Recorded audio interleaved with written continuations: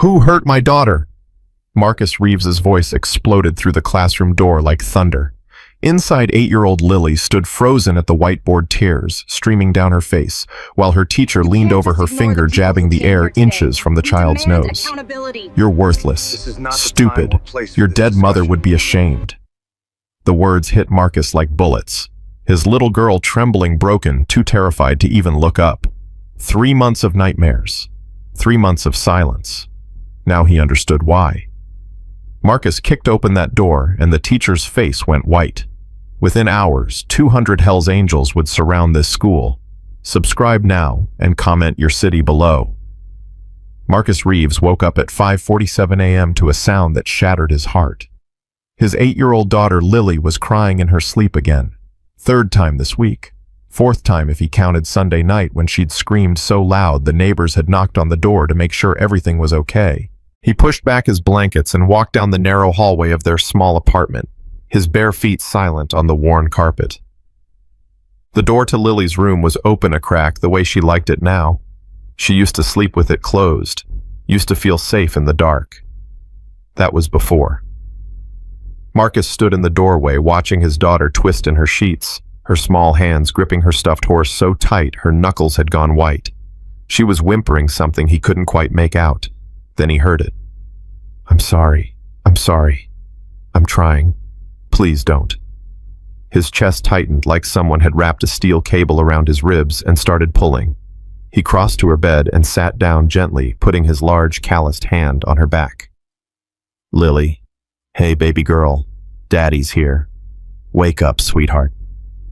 Her eyes flew open, wild and terrified, for just a moment before she recognized him. Then she launched herself into his arms, burying her face against his chest, her small body shaking with sobs she couldn't control.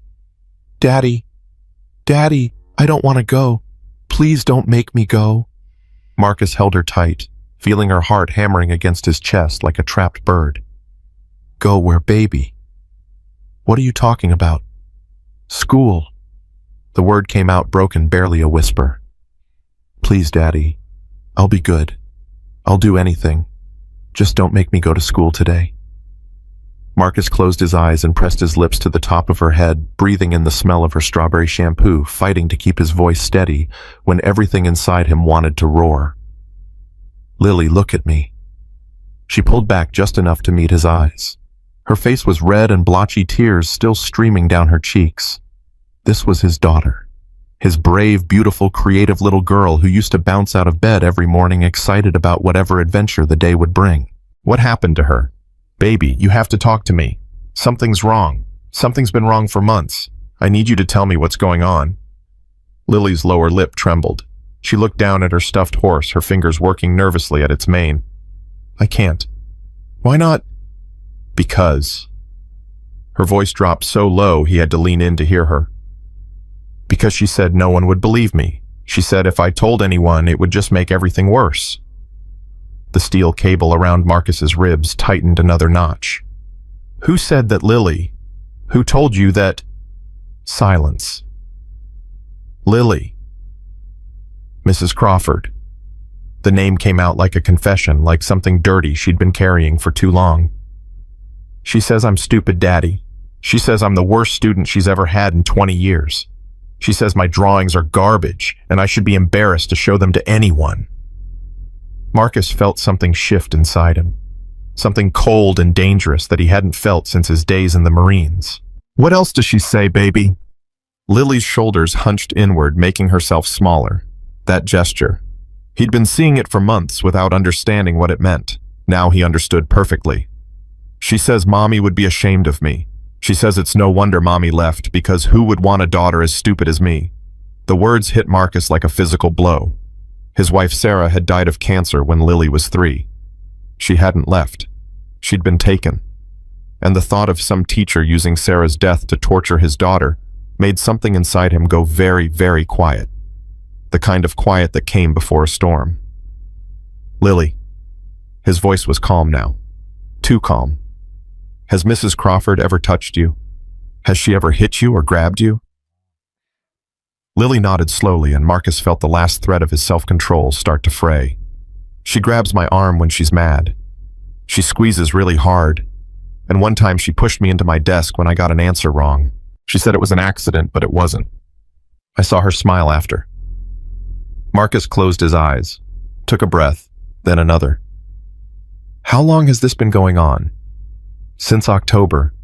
Since I showed her my drawing of Mommy's horse, the one Mommy used to ride before she got sick. Lily's voice cracked. Mrs. Crawford said it was the worst drawing she'd ever seen. She crumpled it up and threw it in the trash in front of everyone. She said I was wasting paper and wasting her time and wasting everyone's patience. 3 months. His daughter had been suffering for 3 months while he'd been telling himself she was just going through a phase. Why didn't you tell me, baby? Why didn't you say something? Lily looked up at him with eyes too old for an 8-year-old face. Because Mrs. Crawford said parents always believe teachers over children. She said if I told you, you'd probably punish me for lying. She said that's what happens to stupid little girls who make up stories. Marcus pulled his daughter close again, holding her tight, making her a silent promise.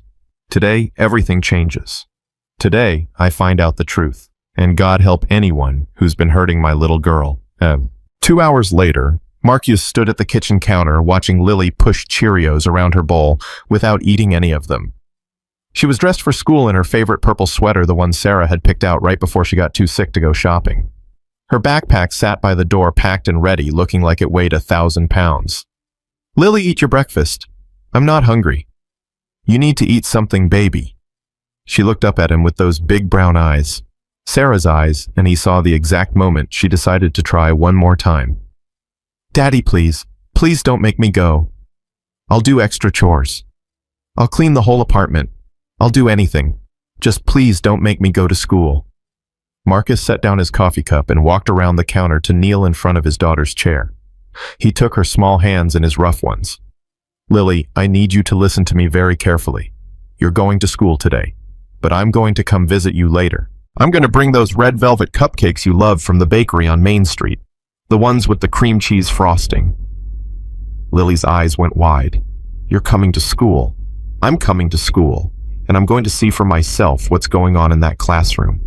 And if what you told me is true, if Mrs. Crawford has been treating you the way you said, then I promise you, baby girl, it's going to stop.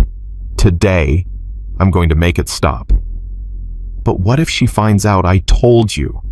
What if she gets mad? Marcus cupped his daughter's face in his hands, looking directly into her eyes.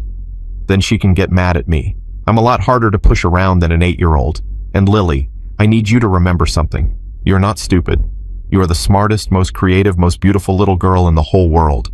Your mama would be so proud of you. So proud. Don't you ever let anyone tell you different. Lily's lower lip trembled again, but this time it wasn't fear. It was hope, fragile and uncertain, like a flower trying to bloom in frozen ground. You promise, Daddy. You promise you'll make it stop. I promise, baby. Whatever it takes. Marcus dropped Lily off at the front entrance of Pinewood Elementary at 7:55 a.m. He watched her walk through those doors with her shoulders hunched and her head down, moving like someone heading to their own execution rather than their own classroom. Every instinct in his body screamed at him to follow her, to walk right into that school, find this Mrs. Crawford, and handle things the way he'd learned to handle things in the Marines. But that wasn't the play. Not yet. First, he needed to see for himself. He needed to witness what was happening with his own eyes without anyone knowing he was watching.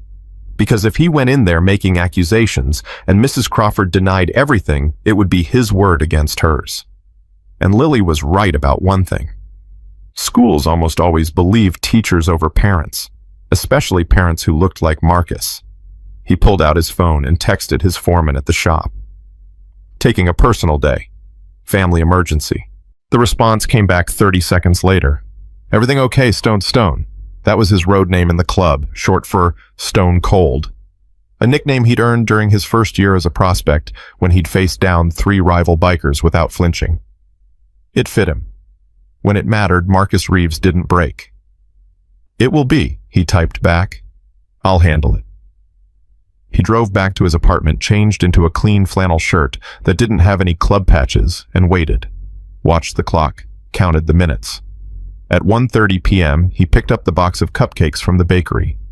Red velvet, Lily's favorite. Cream cheese frosting, the good kind that they made fresh every morning. At 1:45 p.m., he pulled into the Pinewood Elementary parking lot. At 1:52 p.m., he walked through the front doors. The receptionist, a pleasant woman in her 50s with reading glasses perched on her nose, looked up and did a visible double-take at the sight of him. Marcus was used to that. 6'4", 240 pounds, arms covered in tattoos. A beard that made him look like he'd just rolled off a Viking ship. He knew what people saw when they looked at him. He'd learned to use it when he needed to. But today he didn't need intimidation. He needed information. He gave the receptionist his warmest smile. "Afternoon, ma'am. I'm Marcus Reeves, Lily's dad. She's in Mrs. Crawford's classroom 108. Thought I'd surprise her with a little treat." He held up the bakery box. "Would it be okay if I drop these off?" The receptionist's expression softened immediately. "Oh, how sweet. Lily's such a quiet little thing. I'm sure she'll be thrilled.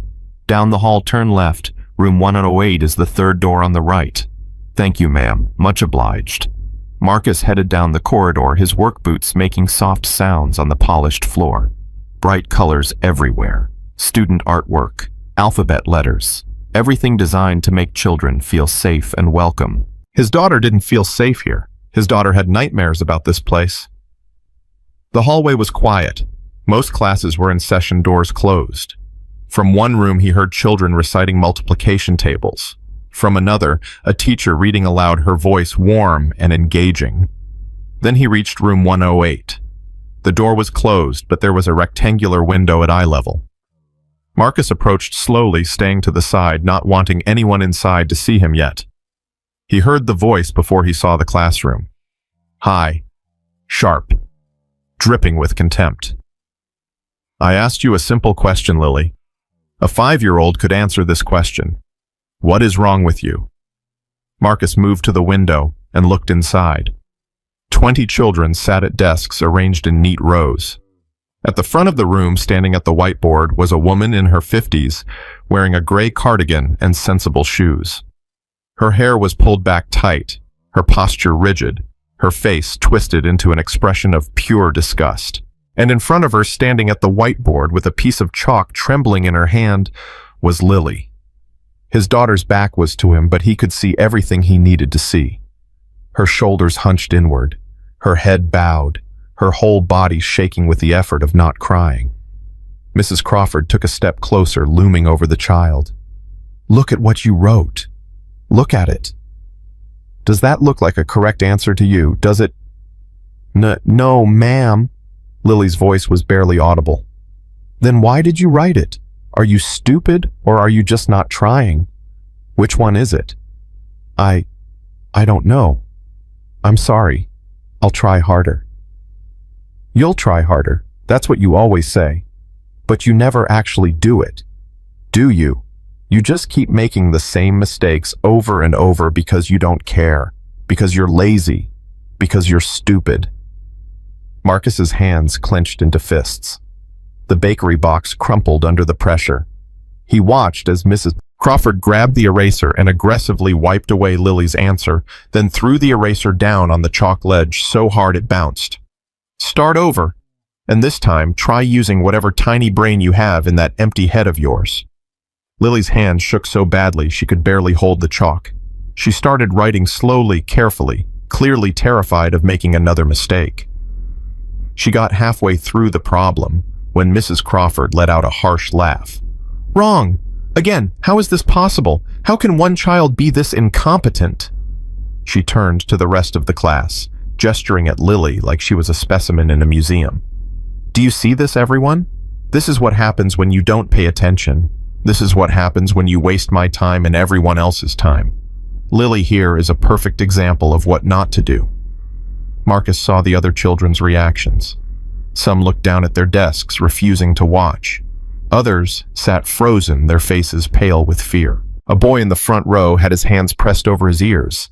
These kids had seen this before, many times. This was routine for them. "Sit down." Mrs. Crawford's voice was cold. "You've embarrassed yourself enough for one day." Lily turned to walk back to her desk, and Marcus saw her face, tears streaming down her cheeks, eyes red and swollen. And something else, something that made his blood turn to ice. Defeat. Complete, utter defeat. The look of a child who had given up hope that anyone would ever help her. Mrs. Crawford wasn't finished. And Lily, don't even think about telling anyone about this. No one will believe you anyway. Teachers don't get in trouble for having high standards. Students get in trouble for being too weak to meet them. Your father certainly isn't going to believe some made-up story from a child who can't even do basic math. Lily sat down at her desk, hunched over, making herself as small as possible. Mrs. Crawford smiled. Actually, smiled. And Marcus Reeves, former Marine president of the local Hells Angels chapter, a man who had faced down enemy fire without flinching, felt something inside him break, then reshape itself into something far more dangerous. He didn't burst through the door. Every instinct in his body screamed at him to kick it open, grab Mrs. Crawford by her cardigan, and show her exactly what it felt like to be terrorized by someone bigger and stronger than her. But that's not what Lily needed. Lily needed her father to be smart, to be strategic, to make sure this teacher never hurt another child again. So Marcus took a breath, then another. Then he did something that required more self-control than anything he'd ever done in combat. He knocked on the door. The sound of children's voices inside went silent. He heard footsteps. Then the door opened, and he was face to face with Mrs. Vivian Crawford. She was shorter than she'd looked from the window, maybe 5'6" in her sensible shoes. But the way she held herself, the way she looked at him with barely concealed disdain, told him everything he needed to know about who she was. A bully. A coward who only picked on people who couldn't fight back. "Can I help you?" Her voice was polite, professional. Nothing like the poison she'd been spewing 30 seconds ago. Marcus held up the crumpled bakery box with his most disarming smile. "Afternoon, ma'am. I'm Marcus Reeves, Lily's dad. Thought I'd surprise her with her favorite cupcakes." Something flickered across Mrs. Crawford's face. Surprise. Then calculation. Then a smile that didn't reach her eyes. "Oh, how nice. Lily, your father's here." Lily looked up from her desk, and when she saw Marcus, something happened to her face that shattered what was left of his heart. Fear. She was afraid, not happy to see him. Afraid, because she knew he'd seen, and she was terrified of what would happen next. Marcus walked past Mrs. Crawford and knelt beside his daughter's desk. "Hey, baby girl, I brought you a surprise." Lily's eyes darted to Mrs. Crawford, then back to her father. "Thank you, Daddy." Her voice was barely above a whisper. Marcus leaned in close, so close that only Lily could hear him. "I saw everything, baby. I heard everything. It's over. She's never going to hurt you again. I promise." Lily's lower lip trembled. A fresh tear slipped down her cheek. "Daddy, please. Not here, please." Marcus squeezed her hand, then stood up and turned to face Mrs. Crawford. "Ma'am, I need to have a word with you. In private." Mrs. Crawford's professional smile stayed in place, but he saw her eyes go cold. "I'm in the middle of class, Mr. Reeves.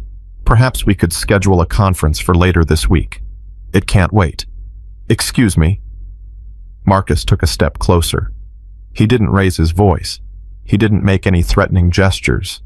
But something in his expression made Mrs. Crawford take an involuntary step back. "I said it can't wait. I've just witnessed something that concerns me greatly, and I'd like to discuss it with you. Now, unless you'd prefer I go straight to the principal's office and file a formal complaint about what I just saw through that window." The color drained from Mrs. Crawford's face. She glanced at the window, then back at Marcus, and he watched her calculate exactly how much he might have seen. "Fine." Her voice was clipped. "Children, open your readers to page 47 and practice silent reading. I'll be right outside the door." She stepped into the hallway and Marcus followed, pulling the door mostly closed behind him. The moment they were alone, Mrs. Crawford's demeanor changed completely. The professional smile vanished. The pleasant voice disappeared. What replaced it was the same cold contempt he'd heard through the window. "What exactly do you think you saw, Mr. Reeves?"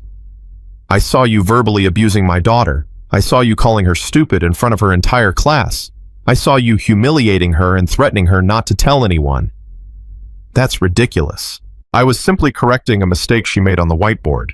If Lily has characterized it differently, then she's lying. She's not lying. I heard you with my own ears.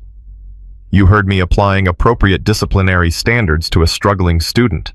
That's my job, Mr. Reeves. I have 20 years of experience teaching children. What exactly qualifies you to tell me how to do my job? Marcus felt his jaw tighten. 20 years of experience doing what? Terrorizing children, calling them stupid, telling them their dead mothers would be ashamed of them. Something flickered in Mrs. Crawford's eyes. Fear. But she covered it quickly. I don't know what Lily has told you, but children often exaggerate or misunderstand things. Perhaps she's having a hard time at home and projecting her issues onto school. Don't. Marcus's voice dropped low. Dangerous. Don't you dare try to turn this around on her. I know what I saw. I know what I heard. And I'm going to make sure it never happens again. Mrs. Crawford drew herself up, squaring her shoulders with practiced authority. Are you threatening me, Mr. Reeves? I'm promising you. There's a difference. What you've been doing to my daughter, to those other children, it ends today. I don't have to listen to this. She started to turn away. If you have concerns, you can take them up with the principal. I'm sure Dr. Monroe will explain to you how our classroom discipline policies work. Let's do that right now. Let's go to the principal's office together and I'll tell her exactly what I witnessed. Mrs. Crawford paused, turned back, and Marcus saw something new in her expression. Fear. Real fear. But she covered it with a thin smile. Fine, if that's what you want. I'm sure Dr. Monroe will support my teaching methods completely. She always has. She headed down the hallway and Marcus followed his mind, already working through what would happen next. The principal, the administration, the system that was supposed to protect children but had clearly been protecting this teacher instead.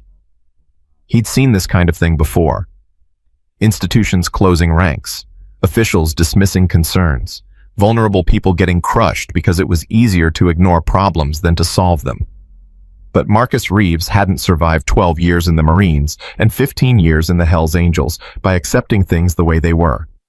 If the system wouldn't protect his daughter, he'd find another way. Dr. Patricia Monroe's office smelled like coffee and old paper. The principal was a tall woman in her late 50s with graying hair and a face that looked like it had been designed to express mild disapproval. She listened to Marcus's account of what he'd witnessed with an expression that started sympathetic and gradually became something else. Defensive, dismissive, closed.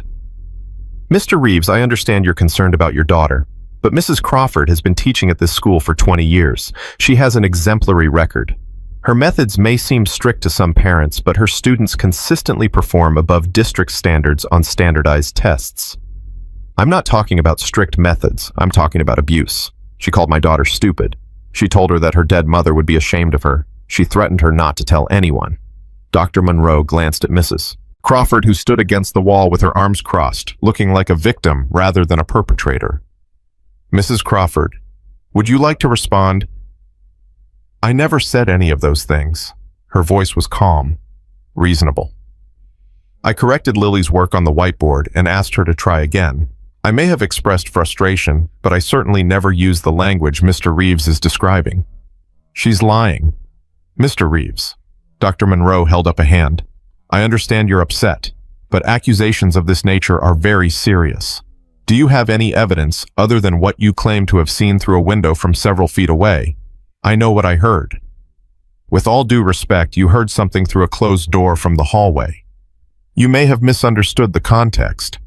Marcus felt his self-control slipping. I didn't misunderstand anything. I stood at that window for 5 minutes. I watched her tear my daughter apart in front of the entire class, Dr. Monroe sighed and he saw it. The dismissal, the condescension, the look that said this meeting was already over. Mr. Reeves, I think what we have here is a miscommunication. Mrs. Crawford has high standards for her students, and sometimes that can be difficult for children who are struggling. Perhaps Lily would benefit from some additional tutoring support. I'd be happy to provide some resources. I'm not leaving here until you do something about this teacher. I've heard your concerns and I've documented them. But without corroborating evidence, I can't take disciplinary action against a veteran teacher based on one parent's interpretation of a few minutes they observed through a window. Marcus stood very still. When he spoke, his voice was quiet. Other parents have complained about Mrs. Crawford, haven't they? Dr. Monroe's expression didn't change, but something in her eyes did. I'm not at liberty to discuss other parents' concerns with you. How many other parents have stood in this office and told you their children are being abused by this woman? Mr. Reeves, I think this meeting is over. This meeting is over when I get some answers. Mrs. Crawford spoke up from the wall. Dr. Monroe, I think we should call security. Mr. Reeves is clearly becoming agitated. Marcus turned to look at her, and whatever she saw in his face made her take a step back. I'm taking my daughter home. Today. Right now. And you're going to look me in the eye and tell me what you're going to do to make sure she's safe when she comes back. Dr. Monroe stood. Mr. Reeves, you're welcome to take Lily home early today. I'll have her excused from the rest of her classes, but I won't be threatened in my own office. If you have further concerns, I suggest you put them in writing and submit them through the proper channels. She moved toward the door and opened it, a clear dismissal. Marcus looked at her, then at Mrs. Crawford, then back at the principal. This isn't over. Goodbye, Mr. Reeves. He walked out of that office knowing exactly what had just happened. They'd covered for her before. They would cover for her again.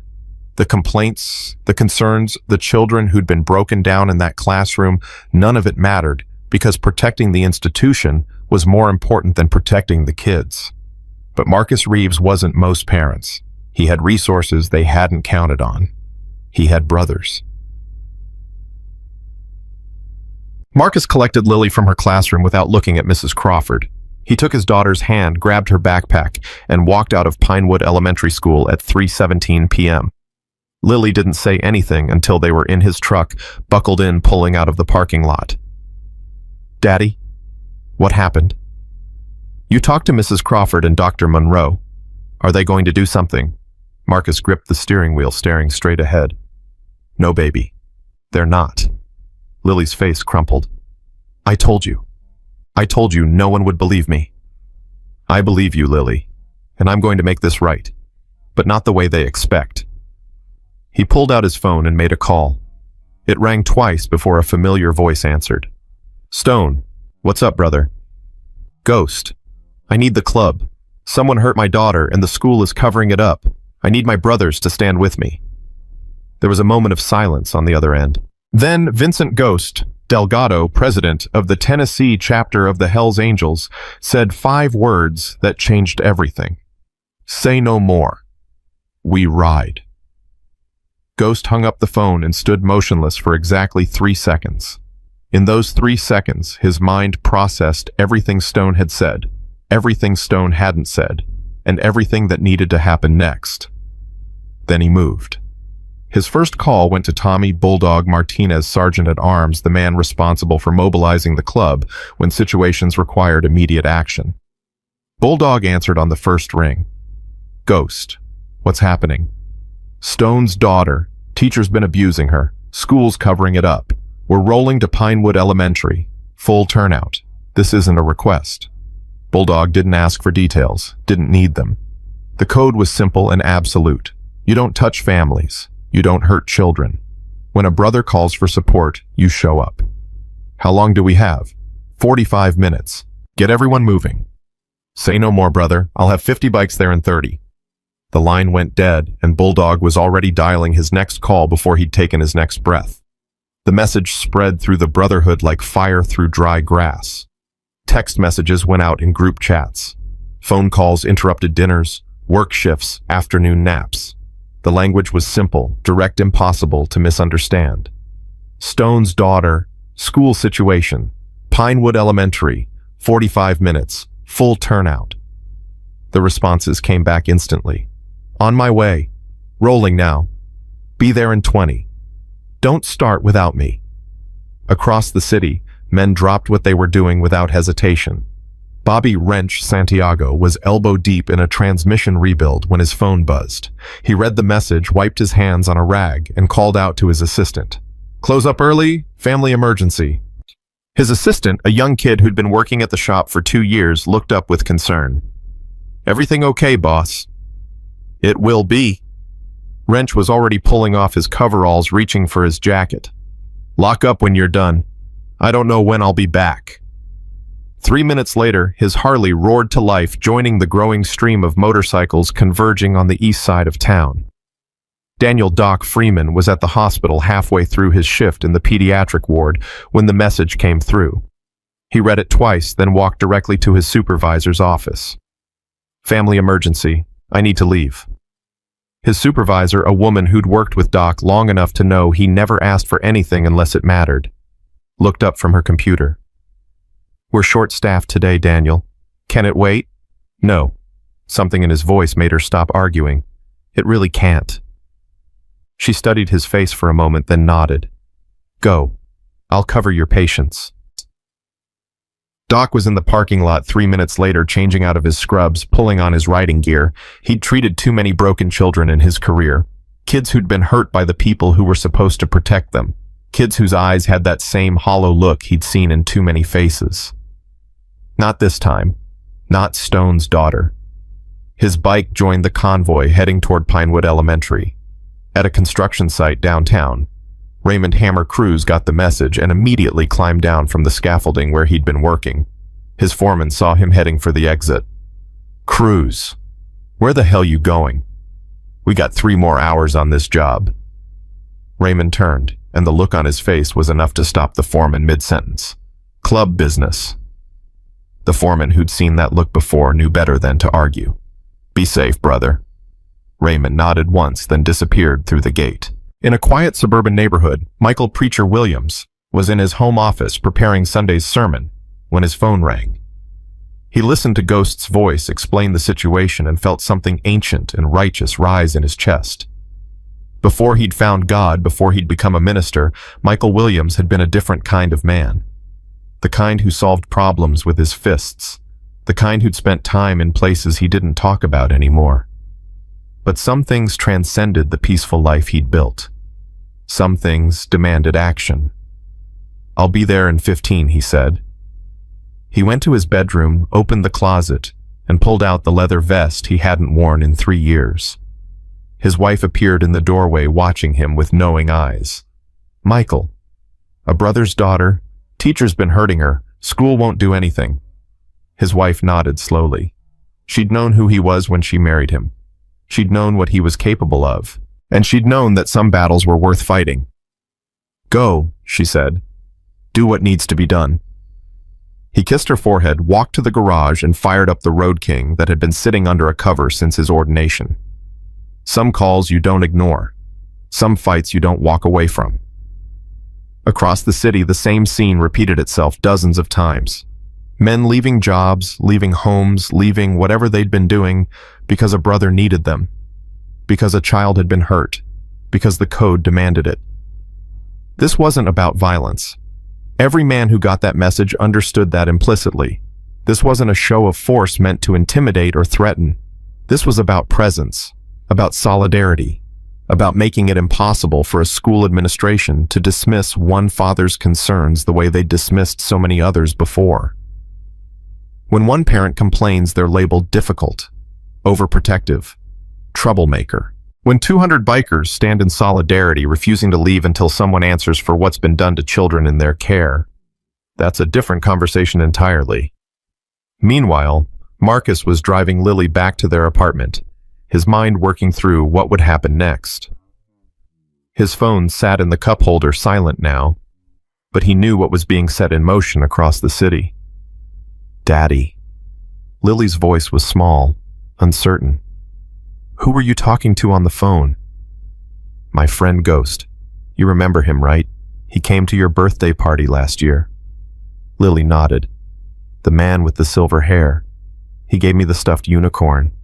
That's him. He's going to help us, baby. Him and a lot of other friends." "Help us how?" Marcus glanced at his daughter, saw the fear and confusion in her eyes, and felt his heart twist. "Remember what I told you this morning? That I was going to make this stop?" "Yes." "Well, sometimes when you want to make something stop, you need help. You need people to stand with you, Ghost and the other men, they're my brothers. Not like real brothers, but close. Closer, maybe. And when one of us needs help, the others show up. No questions asked. Lily was quiet for a moment, processing this. Then she asked the question Marcus had been dreading. What are they going to do to Mrs. Crawford? Nothing bad, baby, I promise. They're just going to stand with me. They're going to show the school that what happened to you matters, that it can't just be ignored or swept under the rug. But what if Mrs. Crawford gets really mad? What if she tries to hurt me worse? Marcus pulled the truck over to the side of the road and turned to face his daughter fully. Lily, look at me. She met his eyes, her own red and puffy from crying. Mrs. Crawford is never going to hurt you again. Not tomorrow, not next week, not ever. After today, she's going to understand that you're not alone, that you have people who will protect you. And bullies, baby, real bullies like Mrs. Crawford. They only pick on people who can't fight back. Once she sees that you have an army standing behind you, she won't dare touch you again. You promise? I promise. On your mama's memory, I promise. Lily's lower lip trembled, and then she threw her arms around her father's neck, holding on like he was the only solid thing in a world that had been trying to break her for months. Marcus held his daughter tight and made her a silent promise. Whatever it takes, whatever I have to do, you will never feel this afraid again. They arrived at the apartment 10 minutes later. Rosa Delgado Ghost's wife was already waiting outside, her face soft with concern. Rosa was a woman in her 50s who had raised 4 children of her own and had been the unofficial mother of the club for almost 20 years. When brothers had problems, Rosa listened. When families needed support, Rosa showed up. When children were hurting, Rosa knew exactly what to do. She opened the truck door before Marcus could even turn off the engine. Lily, sweetheart, come here. Lily looked at her father uncertainly, and Marcus nodded. It's okay, baby. Rosa's going to stay with you while I take care of some things. You remember Rosa, right? Yes. Lily climbed out of the truck and let Rosa wrap her in a warm embrace. She makes the really good chocolate chip cookies. Rosa smiled, stroking Lily's hair. That's right, mi amor. And guess what? I brought all the ingredients. We're going to bake cookies together while your daddy handles some grown-up business. How does that sound? Lily glanced back at Marcus, still uncertain. Daddy, you'll come back. I'll always come back, baby. I promise. He watched Rosa lead his daughter inside, then sat in his truck for a long moment, gathering himself for what came next. His phone buzzed, a text from Ghost. 40 brothers confirmed. More coming. ETA to Pinewood, 25 minutes. Marcus typed back, I'll be there in 15. Wait for me before we go in. He started the engine and headed toward the school that had been breaking his daughter for 3 months. It was time to break something back. At Pinewood Elementary, the afternoon was proceeding normally. Students were in their final classes of the day.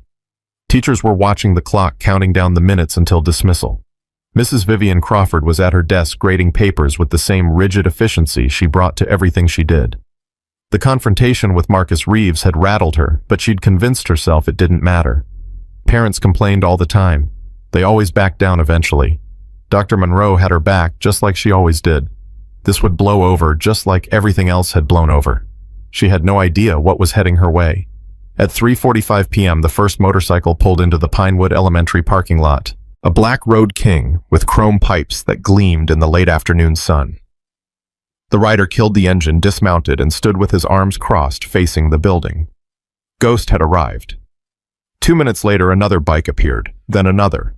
Then 3 arrived together, their engines synchronized in a way that only comes from years of riding side by side. Inside the school, a teacher named Jennifer Walsh was erasing her whiteboard when the rumble started. She paused, dry erase marker in hand, and looked toward the window. 1 motorcycle, 2, 5, 10. She walked to the window and watched as more bikes pulled into the lot, arranging themselves in neat rows. 20, 30, 40. Her hand went to her phone. She didn't know what was happening, but she knew it wasn't normal. Down the hall, Dr. Patricia Monroe was in her office reviewing budget reports when her phone began ringing. The first call was from a parent who lived across the street from the school. Monroe, is everything all right over there? There are motorcycles everywhere. Before the principal could answer, another call came in on the second line, then a third. Her secretary knocked on the door, face pale. "Dr. Monroe, I think you need to see this." The principal walked to the front office and looked through the glass doors. The parking lot was filling with motorcycles. 50, 60, 70, and more, coming, the rumble of their engines growing louder with each passing minute. Her mouth went dry. "Call Officer Davis, now." At 4:00 p.m., Marcus arrived at the school and pulled his truck into a spot near the growing formation of motorcycles. He got out and walked toward Ghost, who stood at the front of the group, arms crossed, face unreadable. "Stone." Ghost nodded once. "We're with you, brother. Whatever you need." Marcus looked at the sea of leather and chrome behind his friend. 60 bikes, 70. More pulling in every minute.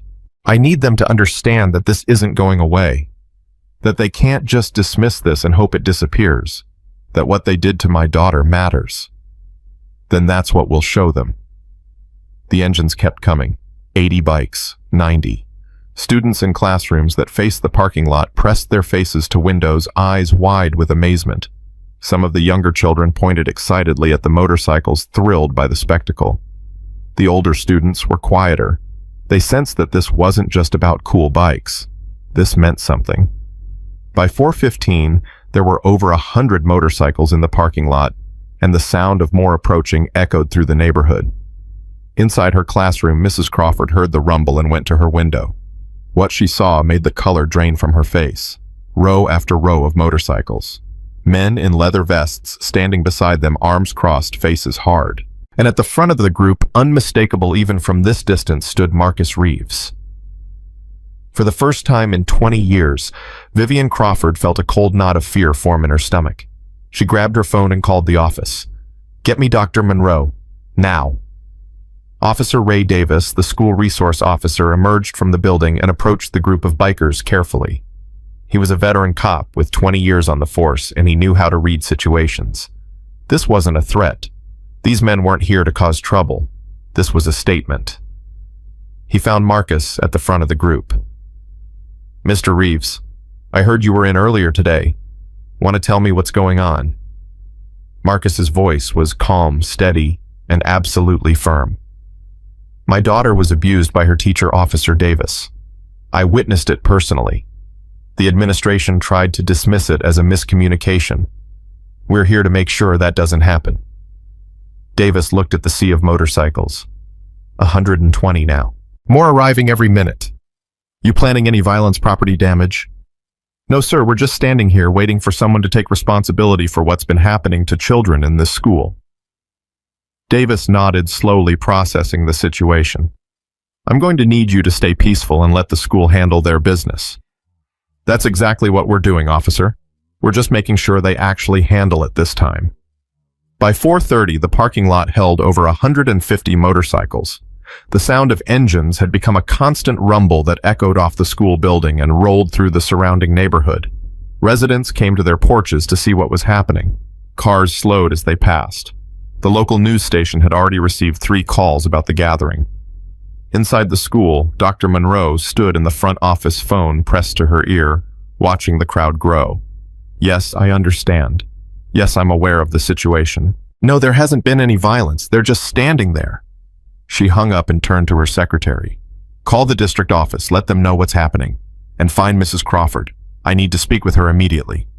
Mrs. Crawford was already on her way, having watched the gathering from her classroom window until she couldn't stand it anymore.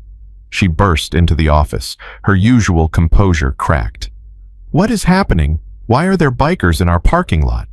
Dr. Monroe's expression was tight. "It appears to be related to the situation with Mr. Reeves this afternoon." "This is insane. He can't do this. This is harassment. This is intimidation. We need to call the police." "Officer Davis is already out there. He says they're not doing anything illegal. They're just standing in the parking lot." Standing in the parking lot. There are 100 motorcycles out there. This is clearly meant to threaten me. "Mrs. Crawford, please lower your voice." "I will not lower my voice. That man is trying to destroy my career over a simple disciplinary interaction with his daughter. This is completely inappropriate." Dr. Monroe looked at her for a long moment. Mrs. Crawford, Mr. Reeves made some very serious allegations this afternoon. He claims he witnessed you verbally abusing his daughter, calling her stupid, referencing her deceased mother. That's a lie. I never said any of those things. He seemed very certain of what he heard.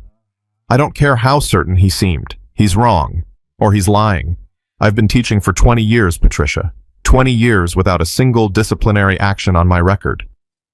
Dr. Monroe's expression flickered and Mrs. Crawford caught it. What? Nothing. There have been other complaints, Vivian, over the years. Parents who've expressed concerns about your methods. And you've always supported me. You've always told them they were overreacting. I have. But this, she gestured toward the window, toward the sea of motorcycles and men. This is different. This man isn't going away. He's brought an army to make sure we can't ignore him. Mrs. Crawford's face hardened. Then we call our lawyers. We file restraining orders. We have him arrested for trespassing. They're not trespassing. The parking lot is public property during school hours. Then we wait them out. They'll get bored eventually. They'll leave. Dr. Monroe looked out the window at the rows of motorcycles, at the men standing motionless beside them, at Marcus Reeves planted at the front like a statue of vengeance. I don't think they're going anywhere. Outside, the count had reached 175 motorcycles. Men continued to arrive, park in formation, and take their positions. Ghost moved through the group, checking in with brothers, making sure everyone understood the plan. No violence, no threats, no property damage. We stand. We wait. We make it impossible for them to ignore us. The men nodded. They understood. At 4:45, the first news van pulled up to the edge of the parking lot. A reporter and cameraman climbed out, immediately recognizing the scale of what was happening. This wasn't just a story about a parent-teacher conflict anymore. This was something bigger. The reporter approached Officer Davis first. Officer, can you tell us what's happening here? You'll have to ask them. Davis nodded toward the group of bikers. They say they're protesting the school's handling of a child abuse complaint. The reporter's eyes widened. Child abuse. Alleged child abuse. That's all I know. The camera swung toward the motorcycles, capturing the rows of bikes, the men in leather, the sheer overwhelming presence of 200 people standing in silent solidarity. By 5:00 p.m., 2 more news vans had arrived. Reporters were setting up shots, trying to get interviews, attempting to understand what was unfolding. And then something unexpected happened. A woman emerged from the school, walking directly toward Marcus and the group of bikers. She was in her 30s, professional clothes, tear streaks visible on her face. She stopped in front of Marcus and spoke loud enough for everyone nearby to hear. Are you Lily's father, the one who confronted Mrs. Crawford today? Marcus nodded. I am. My name is Angela Torres. My son is in Mrs. Crawford's class. He's been terrified of school for 3 months. I've complained to Dr. Monroe 4 times. She told me I was overreacting. She told me my son was just having trouble adjusting. Her voice broke, but she pushed through. I watched Mrs. Crawford call my son worthless in front of the whole class. I reported it. Nothing happened. She told him if he said anything, no one would believe him. She said the same thing to your daughter, didn't she? Marcus felt something shift in his chest. Yes, she did. Angela Torres turned to face the news cameras that had gathered to capture the scene. Mrs. Crawford has been abusing children in this school for years. The administration knows about it and does nothing.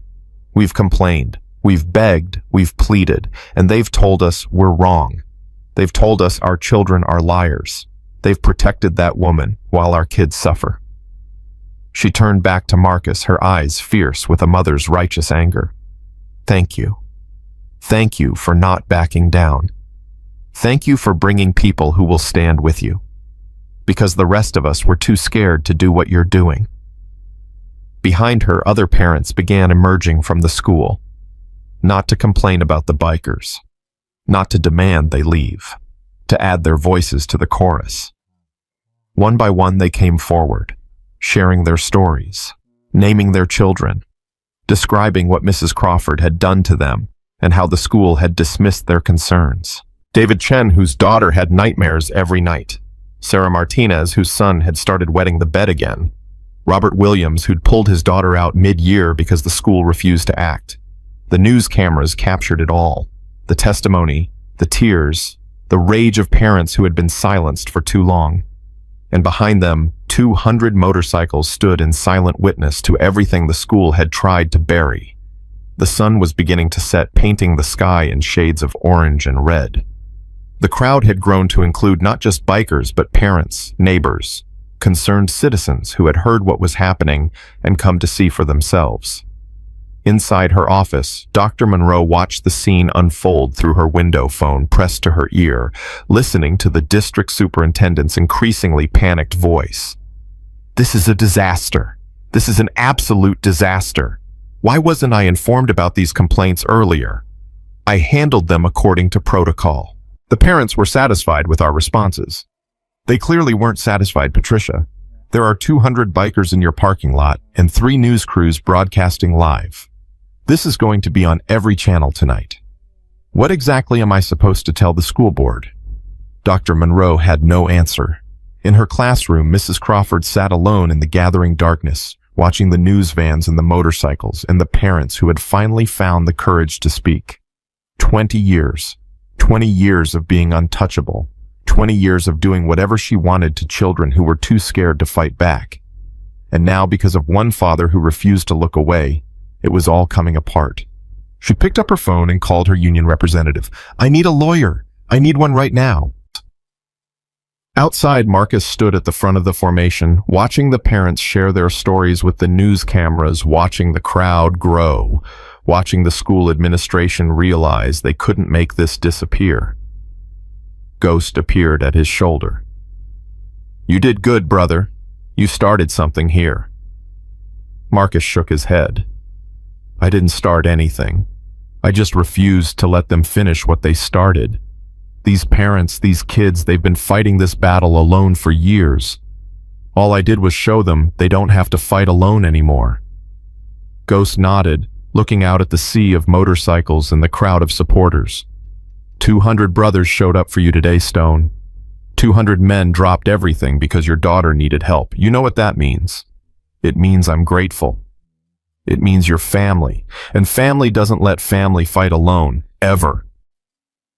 Marcus looked at the school building, at the windows where administrators watched with growing fear, at the classroom where Mrs. Crawford sat in the dark, contemplating her crumbling career. This wasn't over, not by a long shot. But for the first time since Lily had woken up crying in the middle of the night, Marcus Reeves felt something he hadn't felt in months. Hope. The engines rumbled, the cameras rolled, the parents spoke their truth. And in an apartment across town, Lily Reeves pulled a tray of fresh-baked cookies from the oven and smiled for the first time in weeks. She didn't know exactly what her father was doing. She didn't understand the full scope of what was happening at her school. But she knew one thing with absolute certainty. Her daddy had promised to make it stop, and her daddy always kept his promises. The news reporter from Channel 7 stepped in front of her cameraman and began her live broadcast as the sun dipped below the horizon, casting long shadows across the 200 motorcycles that filled Pinewood Elementary's parking lot. I'm standing outside Pinewood Elementary School, where an extraordinary scene is unfolding tonight. What started as one father's confrontation with school administrators over alleged child abuse has grown into a massive demonstration of solidarity. Behind me, you can see nearly 200 members of a local motorcycle club who have gathered to support Marcus Reeves, a father who claims he witnessed a teacher verbally abusing his 8-year-old daughter earlier today. She turned slightly, gesturing toward the crowd of parents who had gathered near the bikers. But perhaps more significantly, other parents have come forward with their own allegations against the same teacher. We're hearing claims that span years, accusations that school administrators knew about the abuse and did nothing. This story is developing rapidly, and will bring you updates throughout the evening. Inside the school, Dr. Patricia Monroe watched the broadcast on her phone, her face pale, her hands trembling.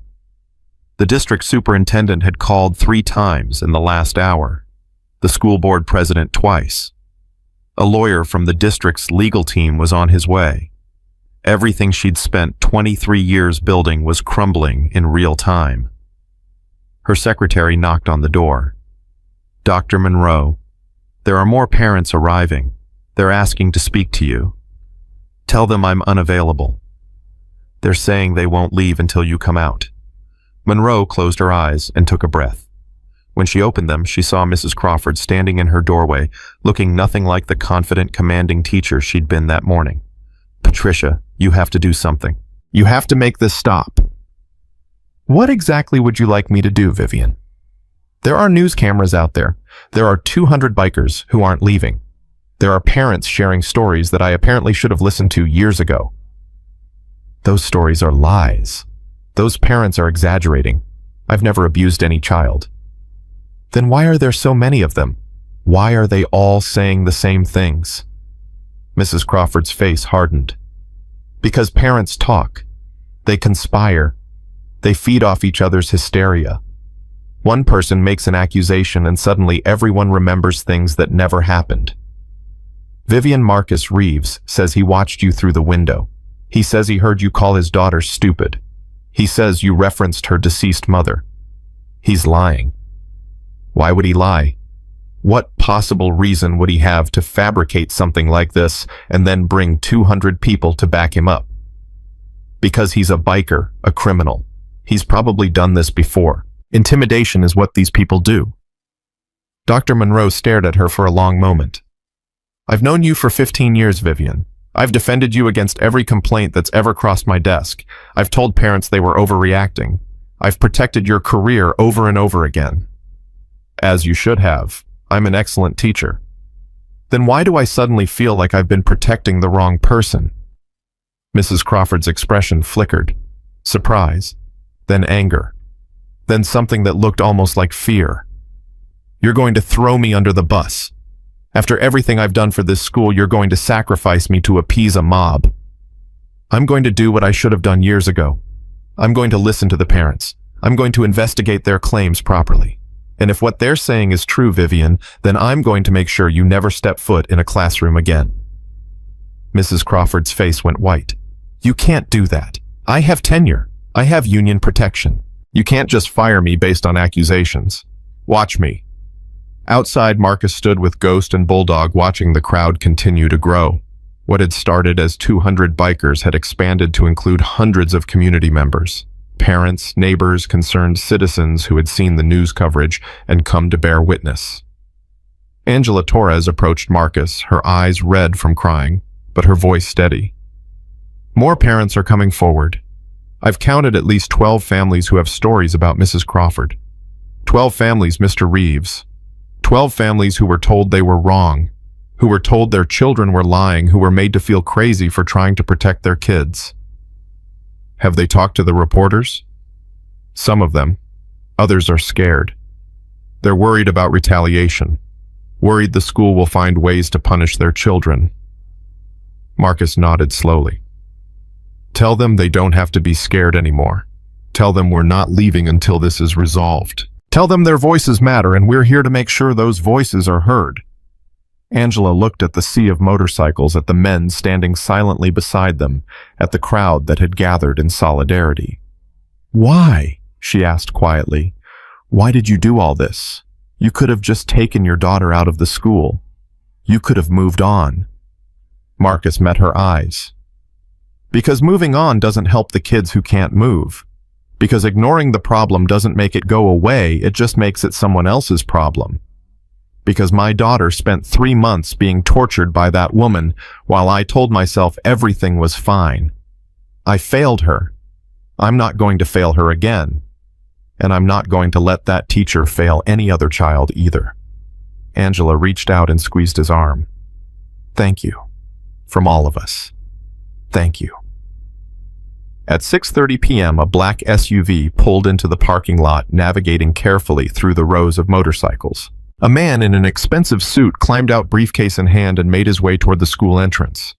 Ghost watched him pass. "District lawyer. They're bringing in the big guns." "Good," Marcus said. "That means they're taking this seriously. Or it means they're preparing to fight dirty. Let them try. We've got truth on our side."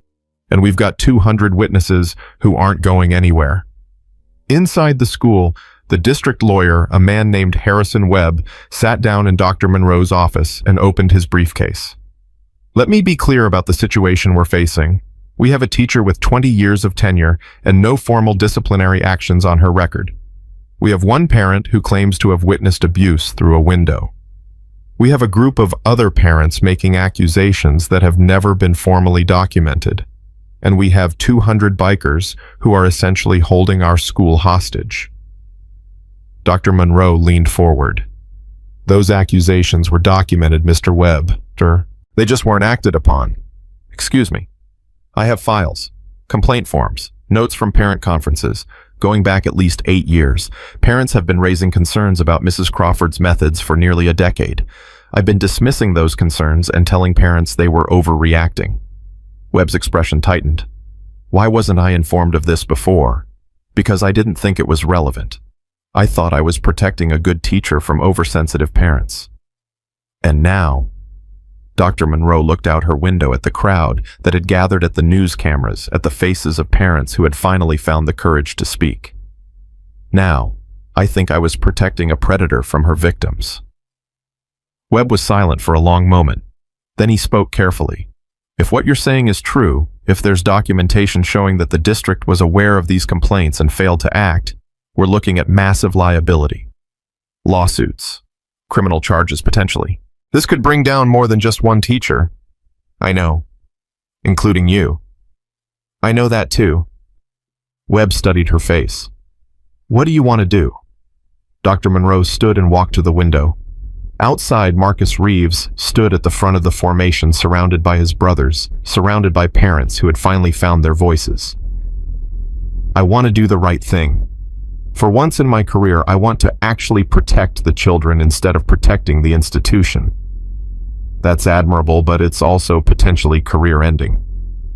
My career ended the moment I chose to ignore those complaints.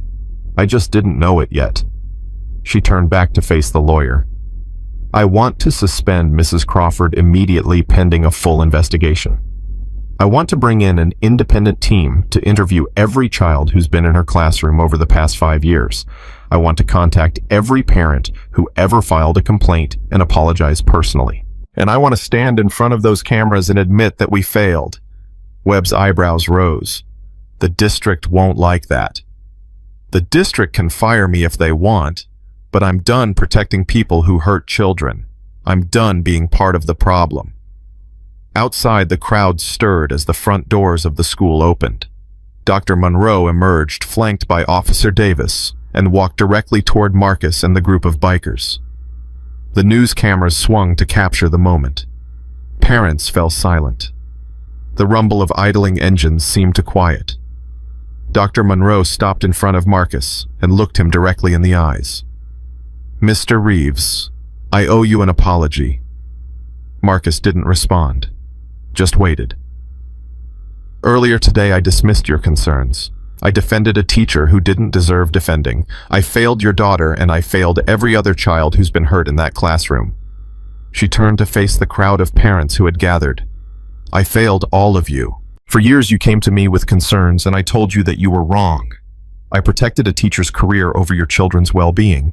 That was inexcusable, and I'm sorry. Angela Torres stepped forward. Sorry doesn't undo what our children went through. You're right, it doesn't. But I can tell you what I'm going to do next. Mrs. Crawford has been suspended effective immediately. She will not return to this school while the investigation is ongoing. An independent team will be brought in to interview students and review the complaints that were filed over the years. And I will personally ensure that every family affected by this situation receives the support they need. The crowd murmured, some skeptical, some hopeful, all waiting to see if these were just words or if real action would follow. Marcus spoke for the first time. How do we know you'll follow through? How do we know this won't just get buried like everything else? Dr. Monroe met his gaze steadily. Because I'm going to make sure it doesn't.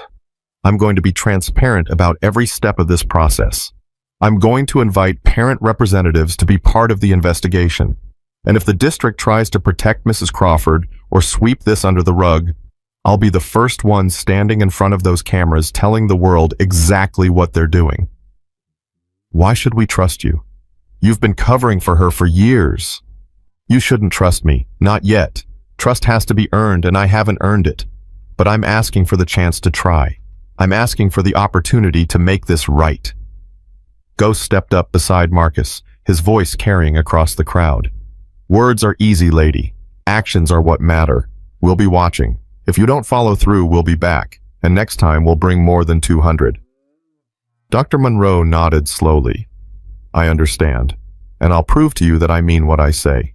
She turned and walked back toward the school, and Marcus watched her go, trying to decide if he believed her. Bulldog appeared at his shoulder. What do you think, Stone? Is she for real? I don't know, but she just suspended Crawford on live television. She just admitted the school failed. She just promised transparency and parent involvement. If she doesn't follow through, she's destroyed herself for nothing. So we wait, but we don't leave. Not until Crawford is officially off school property. Not until we see action, not just words. At 7:15 p.m., Mrs. Vivian Crawford was escorted out of Pinewood Elementary School by Officer Davis. She emerged from the side entrance trying to avoid the cameras, but the reporters had anticipated the move. They swarmed toward her microphones, extended questions flying. Mrs. Crawford, do you have any comment on the allegations against you? Mrs. Crawford, is it true that you've been abusing students for years? Mrs. Crawford, how do you respond to parents who say their children are terrified of you? She said nothing. Head down. Face pale, she walked quickly toward her car, flanked by Officer Davis, who kept the reporters at a distance. As she passed the row of motorcycles, 200 pairs of eyes tracked her movement. 200 men stood in silent judgment, watching the woman who had terrorized children finally face a fraction of the consequences she deserved. Mrs. Crawford reached her car, fumbled with her keys, and finally managed to unlock the door. Before she climbed in, she looked back at the crowd, at the motorcycles, at Marcus Reeves standing at the center of it all. Their eyes met. Marcus didn't say a word. Didn't need to. His expression said everything. You're done. You're never going to hurt another child again, and you're going to spend the rest of your life knowing that this is what you deserve. Mrs. Crawford got in her car and drove away, and the crowd erupted in cheers. Marcus didn't cheer. He just stood there watching the taillights disappear, thinking about all the children who had suffered while he'd been telling himself his daughter was just going through a phase. Ghost appeared beside him. It's over, brother. You did it. It's not over. Not yet. Crawford's been suspended, but she hasn't been fired. The investigation hasn't even started. There's still a lot that could go wrong. But today was a victory. Today you showed an entire community that they don't have to accept abuse, that they can stand up and fight back. That one voice can become 200 voices when it matters. Marcus looked at the crowd of parents who had gathered, at the children who had come with their families to bear witness, at the brothers who had dropped everything to stand with him. I didn't do this alone. I couldn't have done this alone. That's the point, Stone. You're not alone. You never were. You just had to be willing to ask for help. At 7:45 p.m., as the crowd began to disperse and the news crews started packing up their equipment, Marcus's phone buzzed with a text from Rosa. Lily wants to talk to you. She saw the news. She knows what happened. Marcus's heart clenched. He hadn't wanted Lily to see any of this. Hadn't wanted her to know the extent of what he'd done. He typed back, I'm on my way. He said goodbye to his brothers, thanking each one personally for showing up. Bulldog, Wrench, Doc, Preacher, Hammer, Ghost. 200 men who had dropped their lives to stand with him because a child had been hurt and the code demanded action. You ever need anything, Ghost said as Marcus climbed into his truck, and I mean anything you call. Doesn't matter what time. Doesn't matter what it is. Your family, Stone. Always. I know, brother, and I'm grateful. He drove home through streets that seemed different somehow. Lighter, cleaner. Like a storm had passed and left everything washed fresh. When he walked through the apartment door, Lily was sitting on the couch with Rosa, a half-eaten cookie in her hand and an expression on her face that Marcus couldn't quite read. Hey, baby girl. Lily set down the cookie and looked at her father with eyes that seemed older than they had that morning. Daddy, I saw you on TV. I saw all the motorcycles. I saw the other parents talking about Mrs. Crawford. Marcus sat down beside her and took her small hand in his large one. What did you think? I think... Lily paused, searching for the right words. I think I was scared at first. There were so many people, and Mrs. Crawford looked really mad when she came out of the school. Were you scared of her? Lily shook her head slowly. No, that's the weird part. I wasn't scared of her at all, because you were there. And all those other people were there. And she looked so small, Daddy. She looked so small walking to her car. I've never seen her look small before. Marcus felt his throat tighten. She is small, baby. She's a bully, and bullies only seem big when they're hurting people who can't fight back. The moment they face someone who stands up to them, they shrink. Is she going to come back to school? I don't think so, baby. Dr. Monroe said she's suspended. That means she can't teach anymore while they investigate what she did. What about the other kids, the ones who are still in her class? Marcus looked at his daughter and felt a surge of pride. Even after everything she'd been through, she was thinking about the other children, about the kids who might still be suffering. They're going to be okay, Lily. Because of what happened today, a lot of parents found the courage to speak up. They're going to make sure no one else gets hurt. Because of you. Because of all of us. Because you were brave enough to tell me what was happening. Because I was brave enough to go see for myself. Because my brothers showed up when I asked for help. Because other parents finally told their stories. It took a lot of people being brave, baby, including you. Lily was quiet for a moment. Then she asked the question Marcus had been dreading. Daddy, why did Mrs. Crawford hate me so much? What did I do wrong? Marcus pulled his daughter into his arms and held her tight. You didn't do anything wrong, Lily. Not one single thing. Mrs. Crawford is a broken person. Something inside her is twisted and mean, and she takes out her anger on children because children can't fight back. It had nothing to do with you. Nothing to do with how smart you are or how good you are. She would have done the same thing to anyone she thought she could get away with hurting. But she said I was stupid. She said my drawings were garbage. She said Mommy would be ashamed of me. She lied. About all of it. You are the smartest, most creative, most amazing little girl I've ever known. Your drawings are beautiful, and your mama, his voice cracked. Your mama would be so proud of you, Lily, so incredibly proud. She's watching you right now from heaven, and she's proud of how brave you were and how strong you are. Lily buried her face in her father's chest and started to cry. Not the desperate, terrified tears of that morning, but something different. Something that felt like release, like relief. Like the first crack in a dam that had been holding back too much for too long. Marcus held his daughter and let her cry, and he cried too. For the months of suffering he hadn't seen. For the pain he hadn't been able to prevent. For the little girl who had been broken down by someone who was supposed to teach her, to nurture her, to help her grow. And for the healing that could finally begin. Rosa slipped out quietly, closing the door behind her, leaving father and daughter alone with their grief and their gratitude. When Lily finally stopped crying, she looked up at her father with red-rimmed eyes. Daddy, yes, baby. Thank you for believing me, for fighting for me, for not giving up. Marcus kissed the top of her head. I will never give up on you, Lily. Never. You are the most important thing in my life, and I will always, always protect you, no matter what. I love you, Daddy. I love you too, baby girl, more than anything in this world. They sat together on the couch, holding each other, as the night deepened outside their window. In the distance, Marcus could hear the occasional rumble of a motorcycle brothers heading home after a long day of standing in solidarity. Tomorrow would bring new challenges, the investigation, the media attention, the long process of healing and rebuilding. But tonight, in this moment, a father and his daughter had found something precious, peace. And the knowledge that no matter what came next, they would face it together. 3 days after 200 motorcycles filled the Pinewood Elementary parking lot, Marcus Reeves received a phone call that changed everything. He was in his garage working on a transmission repair when his phone buzzed. The number was unfamiliar, but he answered anyway. Mr. Reeves. This is Detective Sarah Mitchell with the Tennessee Bureau of Investigation. I need to speak with you about Vivian Crawford. Marcus set down his wrench and wiped his hands on a rag.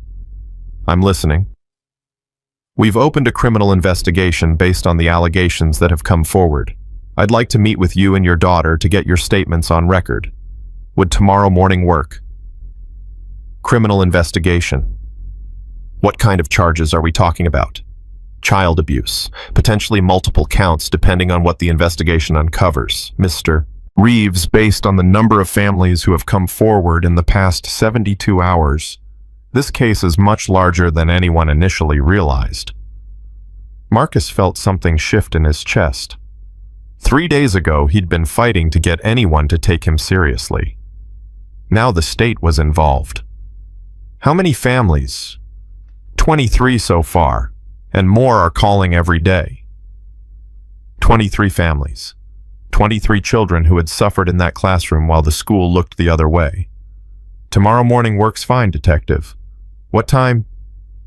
9 o'clock. I'll text you the address. He hung up and stood there for a long moment processing what he'd just heard. 23 families. How many more were out there?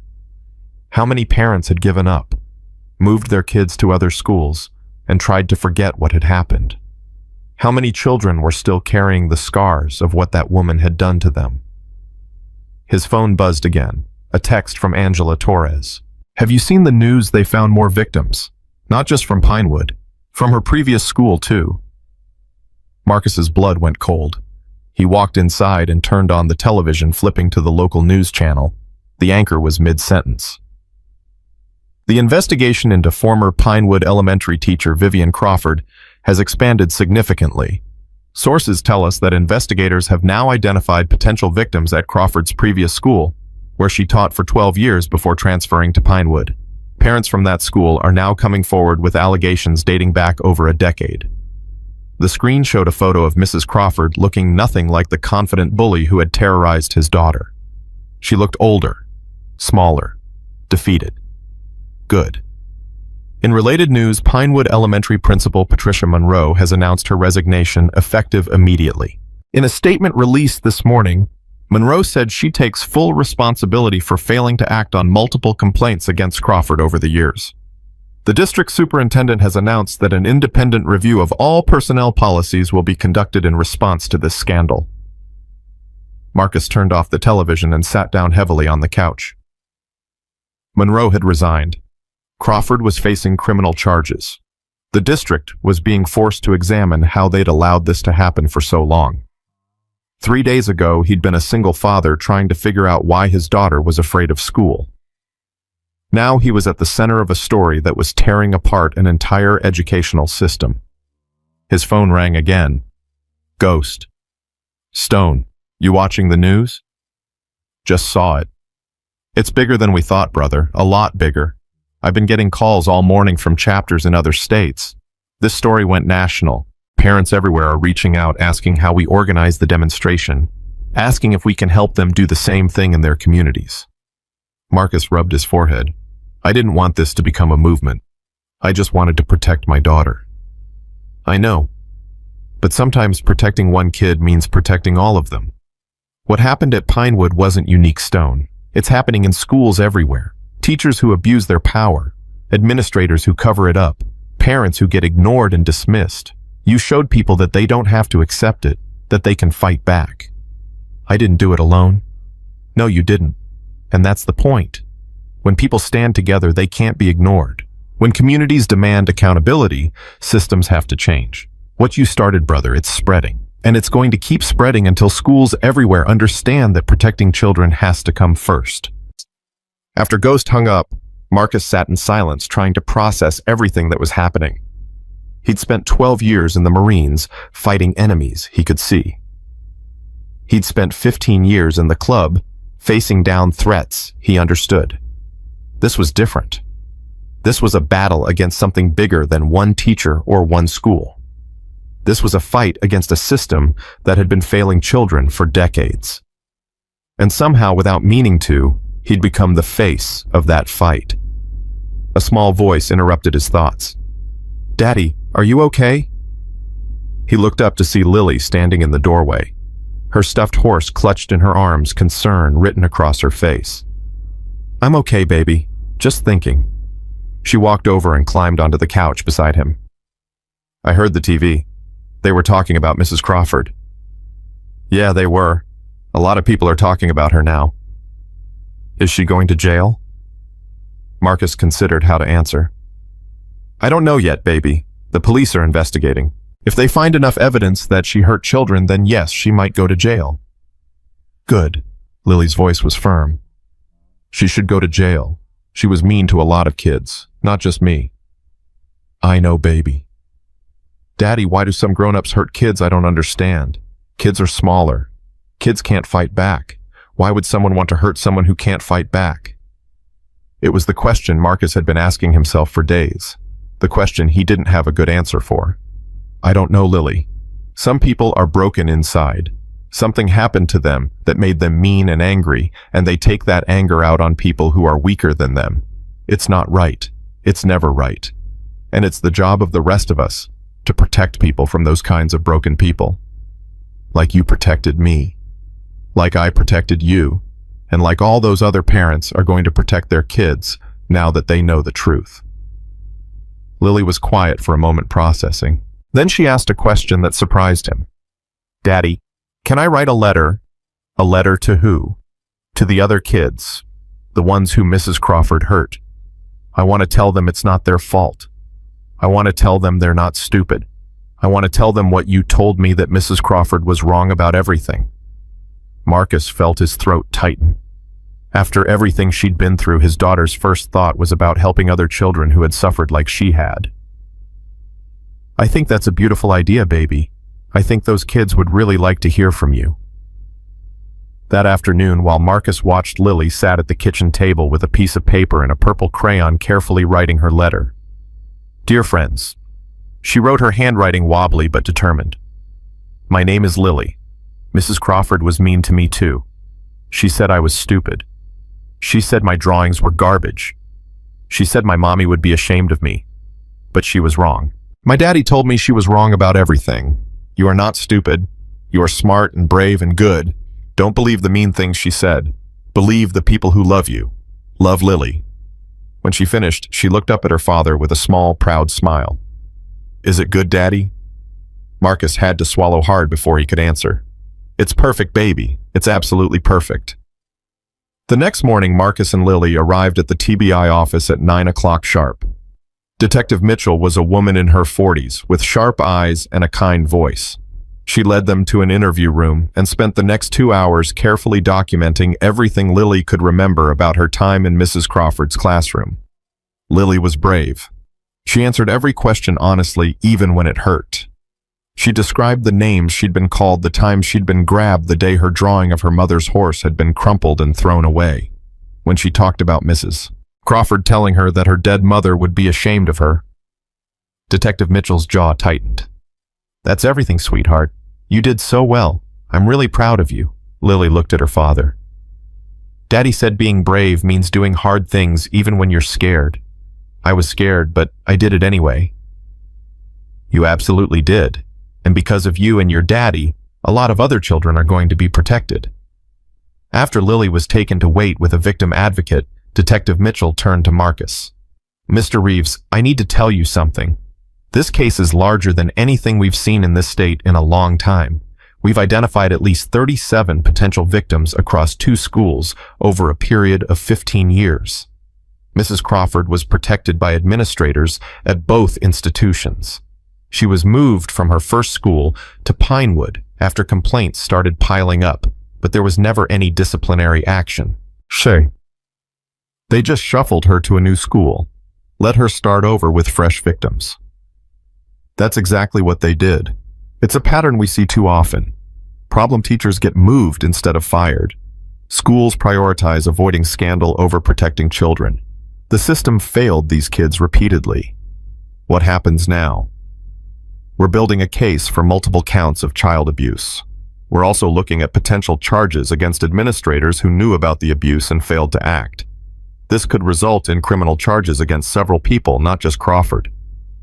Marcus thought about Dr. Monroe, who had resigned and admitted her failures, about the superintendent who had been scrambling to contain the fallout, about all the people who had known what was happening and done nothing. Good. They all should face consequences. I agree, Mr. Reeves. I also want you to know that your actions, what you did at the school, it made this investigation possible. Before you showed up with those motorcycles, parents were isolated. They thought they were alone. They thought no one would believe them. You changed that. You gave them the courage to come forward. I just wanted to protect my daughter. You did, and you protected a lot of other children in the process, whether you intended to or not.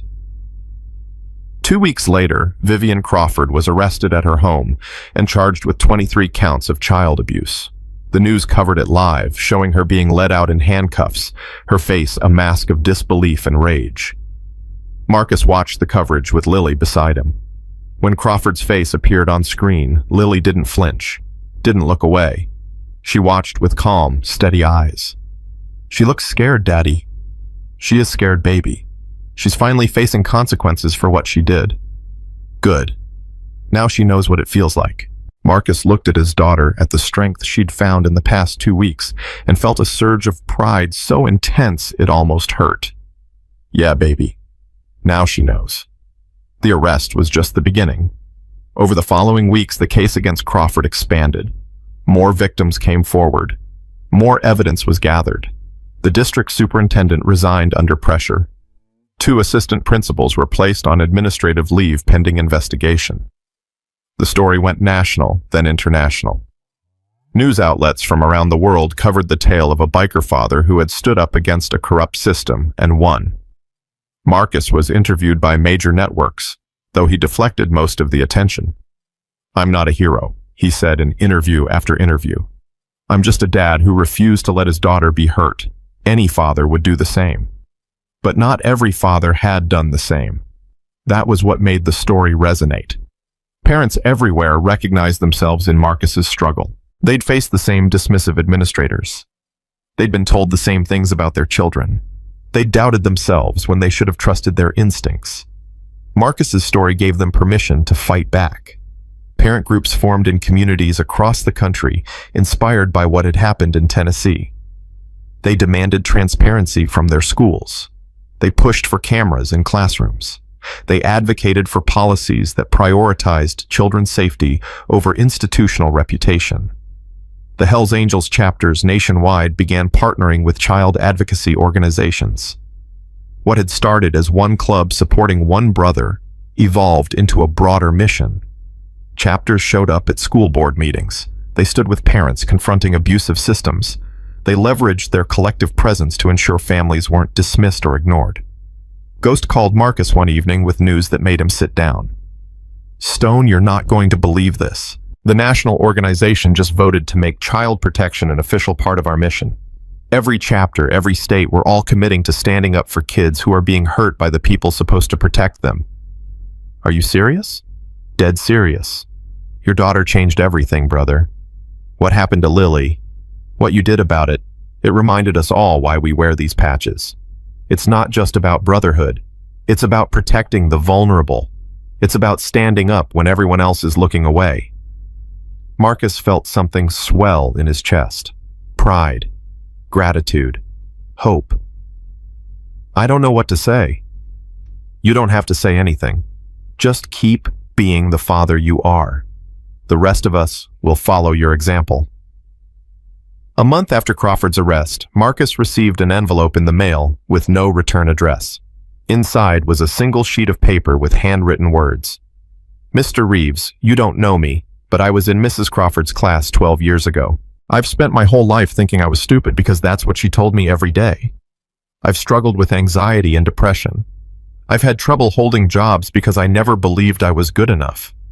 When I saw what happened on the news, when I heard other parents telling the same stories I remembered, I broke down crying. For the first time in my life, I understood it wasn't my fault. She was wrong about me. Thank you for showing me that. Thank you for finally stopping her. I'm getting help now. I'm starting to believe I might actually be worth something. You saved more than the children in that school. You saved the children who grew up and never knew why they were so broken. God bless you and your daughter." Marcus read the letter 3 times, tears streaming down his face. He thought about all the children Crawford had hurt over 15 years. Children who had grown into adults carrying wounds they didn't understand. Adults who thought they were fundamentally flawed because a broken woman had told them so when they were too young to know better. How many of them were out there? How many lives had Crawford damaged beyond the ones they knew about? He folded the letter carefully and put it in his pocket. He would keep it forever. A reminder of why this fight mattered. A reminder that the ripples of what they'd done were spreading further than they could ever know. That evening, Marcus and Lily had dinner together at their small kitchen table. Spaghetti with meatballs, Lily's favorite. She ate with an appetite he hadn't seen in months, chattering about her new school, about the friends she was making, about the art project she was working on. "Daddy, my teacher says I'm really good at drawing. She put my picture on the bulletin board, the one I drew of you and the motorcycles." "That's amazing, baby. I'm so proud of you." "She's nice, Daddy. Mrs. Patterson. She never yells at anyone. When someone makes a mistake, she just helps them fix it. She says mistakes are how we learn." "That's how teachers should be, Lily. That's how they're supposed to treat children." "I know that now. I didn't know it before. I thought Mrs. Crawford was normal. I thought all teachers were like her. I'm sorry you had to learn the hard way that some adults aren't good people." Lily considered this for a moment, twirling spaghetti around her fork. "I'm not sorry. Well, I'm sorry it happened, but I learned something important. I learned that you have to speak up when something's wrong, even if you're scared, even if you think no one will believe you, because sometimes they will believe you, and sometimes they'll help you fight." Marcus looked at his daughter, at the wisdom in her 8-year-old eyes, and felt his heart overflow. "When did you get so smart, baby girl?" Lily grinned. "I was always smart, Daddy. Mrs. Crawford was just wrong." He laughed, really laughed for the first time in what felt like forever. "Yeah, baby, she was wrong about everything." After dinner, they sat on the couch together watching a movie about a princess who saved her kingdom by being brave enough to speak the truth. Lily fell asleep halfway through, her head on her father's shoulder, her breathing soft and peaceful. Marcus sat in the darkness, his daughter warm against his side, and thought about everything that had happened. 3 months ago, Lily had been a terrified little girl who believed she was worthless, who flinched at sudden sounds, who apologized for existing. Now she was drawing again, laughing again, making friends, raising her hand in class, believing in herself. The road ahead was still long. Crawford's trial was coming. There would be testimony, media attention, painful memories dragged back into the light, but they would face it together, father and daughter, surrounded by brothers who would stand with them, supported by a community that had finally found its voice. Marcus kissed the top of Lily's head and whispered words she was too deeply asleep to hear. "I love you, baby girl, and I will never let anyone hurt you again. Never." Outside, a motorcycle rumbled past on the highway, a distant reminder of the brotherhood that had stood with them when they needed it most. Tomorrow would bring new challenges, new battles, new opportunities to protect children who couldn't protect themselves. But tonight, in this moment, Marcus Reeves held his sleeping daughter and felt something he hadn't felt in a very long time. Peace. Real, lasting, hard-won peace. And the absolute certainty that whatever came next, they would face it together. 6 months after Vivian Crawford's arrest, Marcus Reeves sat in the front row of a crowded courtroom, watching the woman who had terrorized his daughter face judgment. Crawford looked nothing like the confident bully who had once stood over 8-year-old children and called them worthless. Her hair had gone gray. Her face was gaunt. Her eyes, which had once burned with cruel authority, were hollow and afraid. The judge, a stern woman in her 60s, reviewed the documents in front of her before speaking. "Mrs. Crawford, you have been found guilty on 31 counts of child abuse spanning a period of 15 years at 2 different schools. The evidence presented in this trial has been overwhelming and deeply disturbing. You systematically targeted vulnerable children, broke down their self-esteem, and used your position of authority to terrorize those who were too young and too scared to fight back. Crawford's lawyer placed a hand on her arm, but she didn't react. She just stared straight ahead as if she couldn't believe this was really happening. What makes your crimes particularly egregious, the judge continued, is that you operated within a system that was supposed to protect these children. You exploited the trust that parents placed in educators. You exploited the power imbalance between adults and children. And when parents tried to report your behavior, you relied on institutional protection to silence them. Marcus felt Lily's hand slip into his. She had insisted on being here for the sentencing, had insisted on watching the woman who had hurt her face consequences. "I'm not scared, Daddy," she had told him that morning.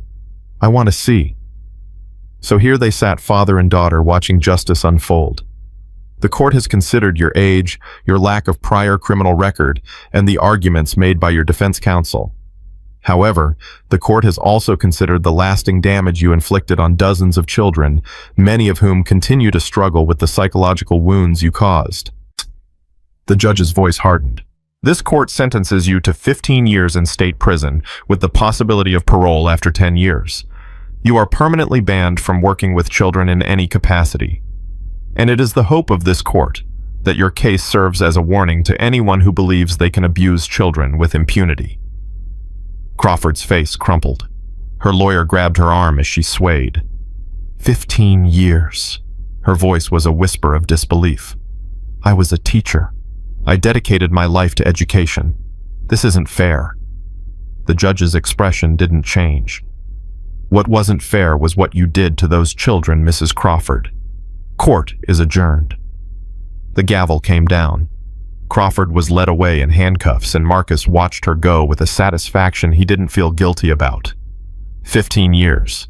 It wasn't enough. Nothing would ever be enough to undo the damage she'd caused. But it was something.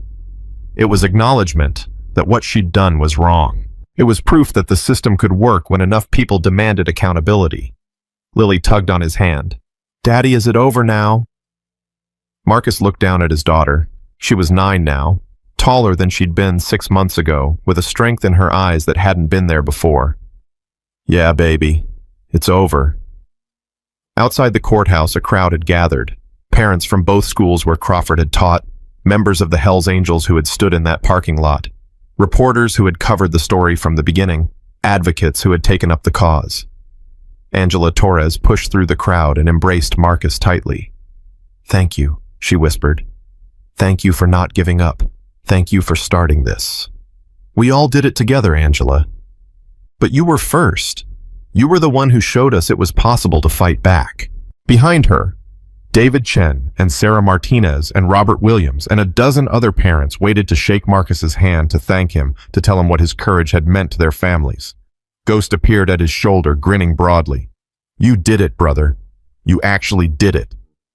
"We did it. I couldn't have done any of this without the club. That's what brothers are for.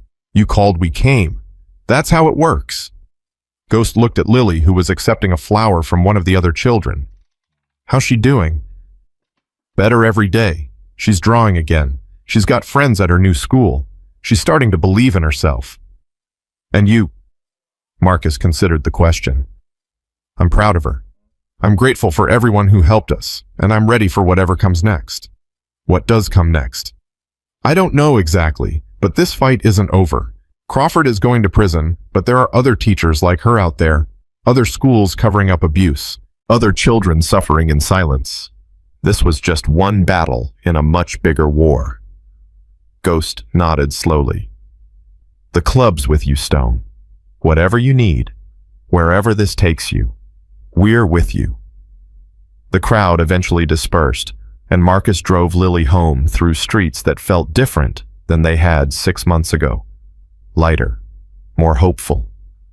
"Daddy," Lily's voice was thoughtful, "what's going to happen to all the kids Mrs. Crawford hurt?" "They're getting help, baby. Counselors, therapists, people who understand what they went through and can help them heal. Will they be okay? Some of them will. Some of them will struggle for a long time. But at least now they know the truth. They know it wasn't their fault. They know they're not stupid or worthless. That's important, Lily. Knowing the truth is the first step to healing. Like me. Like you, baby. You know the truth now. You know how special you are. Lily smiled, and it was the smile Marcus had been missing for so long. Open, unafraid, full of the joy that every child deserved to feel. I want to help them, Daddy, the other kids. I want to help them know they're not alone. How do you want to do that? I've been thinking about it. Remember the letter I wrote, the one you helped me share with the other families? A lot of them wrote back. They said it helped them. They said knowing someone else understood made them feel better. I remember. I want to do more. I want to write more letters. Maybe talk to kids who are going through what I went through. Tell them it gets better. Tell them they're brave for speaking up. Marcus glanced at his daughter at the determination on her young face and felt his heart swell. I think that's a wonderful idea, baby. We can figure out how to do that together. Promise. Promise. Over the following months, Lily became an unexpected voice in the movement her father had started. At first, it was just letters. Handwritten notes to children who had been identified as victims in the Crawford case, telling them they weren't alone, that what happened wasn't their fault, that they were stronger than they knew. Then a reporter asked if Lily would be willing to share her story publicly. Marcus hesitated, worried about exposing his daughter to more attention, more scrutiny. But Lily insisted. Daddy, if my story can help other kids, I want to tell it. I was scared for so long because I thought no one would believe me. If I can show other kids that someone will believe them, maybe they won't have to be scared as long as I was. So Lily told her story, carefully with Marcus by her side with child psychologists, ensuring the process wouldn't cause additional trauma. The interview aired nationally and sparked an outpouring of response. Parents contacted news stations with their own stories. Children who had been suffering in silence found the courage to speak up. Schools across the country faced renewed scrutiny about how they handled abuse complaints. What Marcus had started Lily was helping to grow. 1 year after the demonstration at Pinewood Elementary, the family advocacy group that Angela Torres had founded, now called Lions for Our Children, held its first national conference. Over 500 parents, educators, advocates, and community members gathered to discuss how to protect children from institutional abuse. Marcus was invited to speak. He stood at the podium looking out at a sea of faces. People who had traveled from across the country because they believed in what this movement represented. People who had faced their own battles with schools and administrators. People who refused to accept that children's safety was less important than institutional reputation. A year ago, Marcus began, I was just a father trying to figure out why my daughter was afraid of school. I didn't set out to start a movement. I didn't plan to become an activist. All I wanted was to protect my little girl. He paused, gathering his thoughts. But what I learned is that protecting one child often means protecting all children. Because the systems that failed my daughter weren't unique to one school or one teacher. They exist everywhere. Schools that prioritize reputation over safety. Administrators who dismiss parent concerns. Teachers who abuse their authority because they know no one will stop them. His voice grew stronger. I also learned that these systems can change. They have to change. And they will change when we demand it. Not one parent alone. Not one family fighting in isolation. But communities standing together. Parents refusing to be silenced. Children learning that their voices matter. He looked out at the crowd, at the faces of people who had traveled thousands of miles to be here. My daughter Lily taught me something important. She taught me that courage isn't the absence of fear. It's doing the right thing even when you're terrified. She was scared to tell me what was happening at school. But she did it anyway. And because she was brave, a lot of other children are safer today. The work we're doing here, the advocacy and the policy changes and the community organizing it matters. But it starts with one simple act. It starts with listening to our children, believing them when they tell us something is wrong, fighting for them even when the systems tell us we're overreacting. That's what I did for Lily. That's what every parent in this room has done for their children. And that's what we're going to keep doing until every child in every school is safe from the people who would harm them.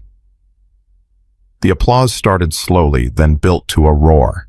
500 people on their feet, united in a common cause. In the front row, Lily sat with Ghost and Rosa, her small face glowing with pride as she watched her father. Later that evening, the conference held a dinner reception. Marcus stood with Lily, accepting congratulations and shaking hands when a man he didn't recognize approached them. He was in his late 20s, tall and thin, with nervous eyes and hands that wouldn't stop moving. "Mr. Reeves, I'm sorry to bother you, but I had to come. I had to thank you in person." "Thank me for what?" The young man took a breath, steadying himself. "I was in Mrs. Crawford's class, not at Pinewood.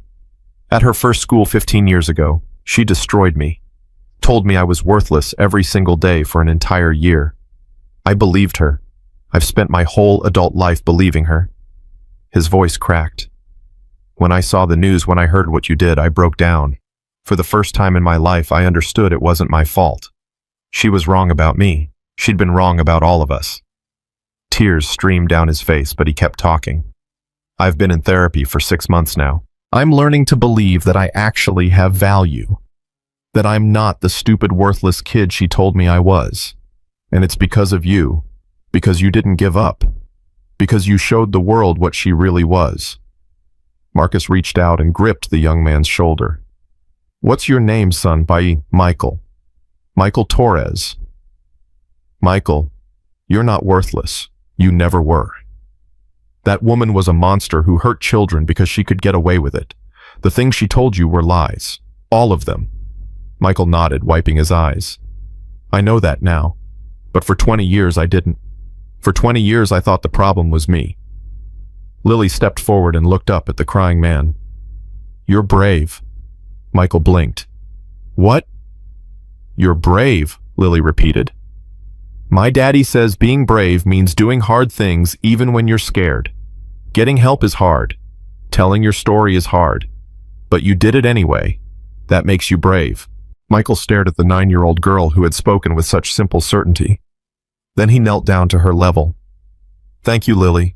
You're pretty brave yourself." "I know," she smiled. "My daddy told me." Marcus watched the exchange, feeling something shift in his chest. This was why it mattered. Not the conferences or the policy changes or the national attention. This. One person helping another. One survivor telling another survivor that they weren't alone. This was the real legacy of what they'd done. 2 years after the demonstration at Pinewood Elementary, Marcus received a phone call that brought the whole journey full circle. "Mr. Reeves, this is Dr. Amanda Chen, principal at Riverside Elementary. I wanted to let you know that Lily has been nominated for our Young Leader Award. She's been mentoring younger students who are struggling, and several teachers have noted the positive impact she's had on children who are going through difficult times." Marcus felt his eyes sting. "That's wonderful, Dr. Chen. I'm very proud of her." "You should be. She's a remarkable young woman. But I also wanted to tell you something else. This year, we implemented the Safe Schools initiative that your foundation helped develop. Cameras in classrooms, anonymous reporting systems, regular wellness checks for students. Because of those changes, we've identified and addressed 3 situations that might have otherwise gone unnoticed. 3 situations. 3 children who were struggling. 2 with problems at home. 1 with a teacher who was using inappropriate discipline methods. In each case, we intervened early. In each case, the outcome was positive. That's because of you, Mr. Reeves. Because of what you and Lily started." After he hung up, Marcus sat for a long time thinking about the ripples that spread out from a single stone dropped in still water. 3 children. 3 children who might have suffered the way Lily had suffered.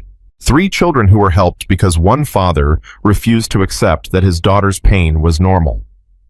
And beyond those 3, how many others? In schools across the country, parents were demanding accountability. Administrators were being held responsible. Teachers who abused their authority were being stopped before they could do lasting damage.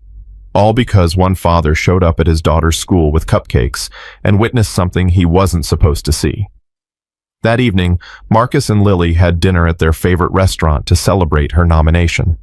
She was 10 now, confident and bright, with her mother's smile and her father's stubborn determination. "Daddy, can I ask you something?" "Always, baby." "Do you ever think about that day? The day you came to my school and saw Mrs. Crawford? All the time? What do you think would have happened if you hadn't come?" Marcus considered the question carefully. "I don't know, Lily. Maybe someone else would have eventually stepped up. Maybe the truth would have come out some other way. Or maybe you'd still be in that classroom, still being hurt, still thinking you were worthless. I'm glad you came. Me too, baby. More than you'll ever know."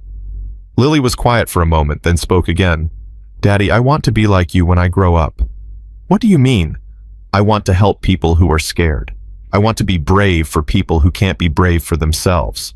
I want to make things better." Marcus reached across the table and took his daughter's hand. "You already do, Lily. You already make things better, every single day." She smiled, and in that smile Marcus saw everything that mattered. The healing that had happened, the strength she had found, the future she would build. He'd spent 12 years in the Marines learning how to fight, 15 years in the club learning how to protect his brothers. But the most important lesson he'd ever learned came from an 8-year-old girl who was brave enough to tell the truth. Sometimes the most powerful thing you can do is simply show up. Show up for your children. Show up for your community. Show up for the people who can't fight for themselves.